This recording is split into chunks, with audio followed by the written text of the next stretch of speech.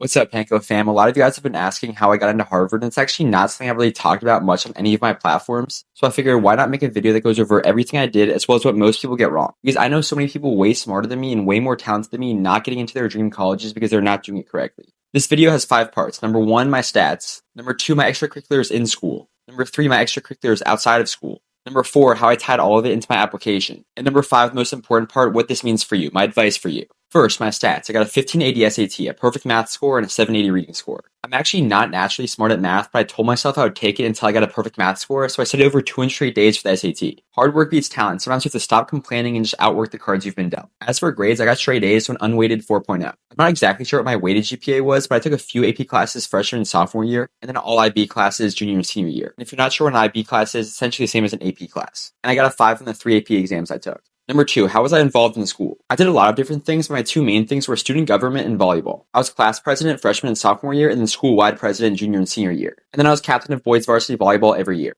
Number 3, what did I do out of school? Out of school, I followed my passion for scientific research. I spoke at conferences, gave presentations, worked with professors, and more. This is the main thing that made me stand out. A lot of people think my application had to do with the gym or bodybuilding, but no, not at all. I actually never mentioned that. Now, how I tied all of this into my application and what people get wrong. People get one of 2 things wrong. Either 1, they think it's all about stats. The unfortunate truth is almost everyone who applies to a top college has straight A's, a top SAT score, valedictorian. There are thousands of kids with top test scores and the exact same stats. So if you go all in on stats and nothing else, there's no way for you to stand out. But most people know this mistake by now. The second mistake is way more common. It's when people are all over the place in their application. Their application has a little bit of everything. Yes, you want to be well-rounded, and yes, you want to show you can do a lot of different things. My application had a lot of different things, from sports to research and everything else. However, you need to have a story and identity. And that's what I did in my application. Every essay, every question, every activity, every honor, even the interview. I brought everything back to my passion for research and who I am as a person. It wasn't, I've done this and this and this. No, it was a connection of my classes to my essay to my interview that all created a clear story that this kid has a clear passion that makes him stand out. So yeah, actually the only time I ever brought up the gym in my application was in the interview. The interviewer asked me about my day in the life and I included the fact that I go to the gym. That's it.